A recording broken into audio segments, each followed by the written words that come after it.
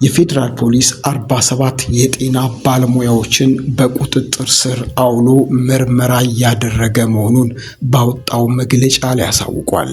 አሜሪካ ለፌዴራል መንግስትና ለታጣቂዎች ከባድ ማስጠንቀቂያ አስተላለፈች። በአማራ ክልል 4.2 ሚሊዮን በላይ ተማሪዎች ከትምህርት ገበታ ውጪ መሆናቸው ተነገረ። እነዚህን ዜናዎች በዝርዝር እናቀርብላችኋለን። እንድትከታተሉ በአክብሮት እንጋብዛለን። ይህንን ዩቲዩብ ሰብስክራይብ በማድረግ ቤተሰብ ይሁኑን። ከኢትዮጵያ ፌዴራል ፖሊስ የተሰጠ መግለጫ። ሰሞኑን የጤና ባለሙያዎች ያነሱትን የመብት ጥያቄ ሽፋን በማድረግ በአገራችን ትርምስ እንዲፈጠር ከሚሰሩ ኃይሎች ጋር በማበር ህገወጥ የስራ ማቆም አድማ በማድረግ በጤናው ዘርፍ ላይ ሁከት በመፍጠርና የታካሚዎችን ህይወት አደጋ ላይ በመጣል የተጠረጠሩ 47 የጤና ባለሙያዎችን የኢትዮጵያ ፌዴራል ፖሊስ በቁጥጥር ስር አውሎ ምርመራ ማጣራት መጀመሩን ገልጿል። እነዚህ ተጠርጣሪዎች የጤና ባለሙያዎች ያነሱትን የደሞዝና የጥቅማ ጥቅም ጥያቄ እንደ ሽፋን በመጠቀም ህገወጥ የስራ ማቆም አድማ በማድረግ ሌሎችም ስራ እንዲያቆሙ ለአድማ በማነሳሳት የታካሚዎች ህይወት ለሞትና አደጋ እንዲጋለጥ በማድረግ ሁከትና ብጥብጥ በመፍጠር የተጠረጠሩ ናቸው ይላል መግለጫው። ተጠርጣሪዎቹ በተለያዩ የጤና ተቋማት የአድማ መረቦችን በመዘርጋት የጤና ባለሙያ ያልሆኑ አካላትን ነጭ ጋውን በማልበስ በሆስፒታል ቅጥር ግቢ ውስጥ ገብተው ሁከት እንዲፈጥሩ በማድረግ ያልተገባ ወሬ በመንዛትና በተለያየ መንገድ ሰላማዊ የህክምና ሂደቱን በማደናቀፍ የህሙማን የጤና እርዳታ የሚያስፈልጋቸውን ሰዎች ህይወት አደጋ ላይ እንዲወድቅ በማድረግ በመንግስት የህክምና አገልግሎትና ትምህርት በሚሰጥባቸው ተቋማት ውስጥ ሰላማዊ የመማር ማስተማር ሂደት እንዲስተጓጎል አድርገዋል። እንዲሁም ሙያቸውን አክብረው በስራ ላይ በተገኙ ባልደረቦቻቸው ላይ ዛቻና ማስፈራራት ከማድረስ ባለፈ ሁከት እንዲፈጠር ሙከራቸውን አድርገዋል ያላቸውን 47 ተጠርጣሪዎችን በመረጃና በማስረጃ በመለየት በቁጥጥር ስር አውሎ ምርመራ እያካሄደ እንደሚገኝ የኢትዮጵያ ፌዴራል ፖሊስ አስታውቋል።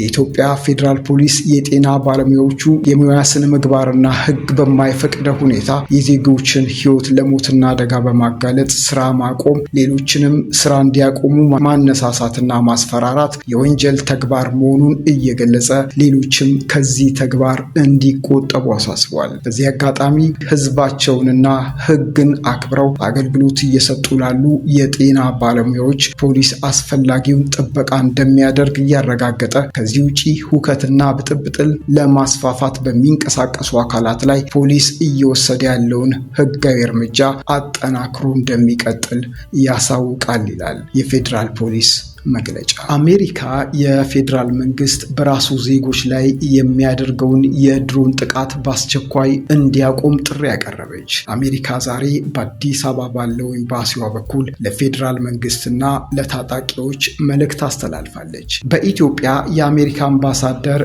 ኤርቪን ማሲንጋ ዛሬ ባስተላለፉት መልእክት በመላ ኢትዮጵያ በሚሊዮን የሚቆጠሩ ሰዎችን ለጉዳት የዳረጉ ግጭቶች ሰላማዊና ትክክለኛ መፍትሄ እንዲፈለግላቸው መልእክት አስተላልፈዋል። አምባሳደሩ ለታጣቂ ኃይሎችና ለፌዴራል መንግስት ባስተላለፉት መልእክት ጦርነቱን ማቆም፣ የተፈናቀሉ ዜጎችን ወደ ቤታቸው እንዲመለሱ መርዳትና ህፃናት ወደ ትምህርት ቤት እንዲመለሱና የጤና አገልግሎት እንዲያገኙ ማድረግ አስፈላጊ ነው ሲሉም አስገንዝበዋል። በትጥቅ ትግል ስም የሚፈጸሙ ህገወጥና የኃይል እርምጃዎች ሊቆሙ እንደሚገባም የገለጹት አምባሳደር ኤርቪን ማሲንጋ በመልእክታቸው ለፋኖ፣ ለኦሮሞ ነጻነት ሰራዊት እና ለፌዴራል መንግስት የተናጠል መልእክት አስተላልፏል። በዚህም ፋኖ ተጨባጭ የሆነና ሰላማዊ የሆነ ዓላማ ግብ ይዞ ይምጣ ብለዋል። የኦሮሞ ነጻነት ሰራዊት ደግሞ በኦሮሚያ ያለውን ግጭት ለማስቆም ድርድሩን ይቀጥል። የፌዴራል መንግስት በራሱ ዜጎች ላይ የሚያደርገውን የድሮን ጥቃት በአስቸኳይ እንዲያቆምና ረጅም እርምጃ ወደ ሰላም በመምጣት መፍትሄዎችን እንዲያመቻች ጥሪ ያቀርበዋል። አምባሳደሩ በመልእክታቸው ማጠቃለያ ሰላምና መረጋጋት የምንመርጥበት ጊዜ አሁን ነው ብለዋል። በአማራ ክልል ከ4.2 ሚሊዮን በላይ ተማሪዎች ከትምህርት ገበታ ውጪ መሆናቸው ተነግሯል። በክልሉ የተከሰተው ግጭትም አውዳሚና የሚያሳስብ መሆኑም ተነግሯል። ይህ የተነገረው ዩኒቨርሲቲ ምሁራን በጥናት የተደገፈ የመፍትሄ ሀሳብ ማፍለቅ ድርሻቸውን ኃላፊነት ሊወጡ እንደሚገባ ከደብረ ብርሃን ዩኒቨርሲቲ ማህበረሰብ ጋር ውይይት ማካሄዱን ብስራት ሬዲዮ ከደብረ ብርሃን መንግስት ኮሚኒኬሽን ያገኘውን መረጃ ጠቅሶ ዘግቧል። በክልሉ የተከሰተው ግጭትም አውዳሚና የሚያሳስብ መሆኑንም ነው በውይይቱ የተገለጸው። ችግሩ ከዚህ የበለጠ ውድመት ከማስከተሉ በፊት በውይይትና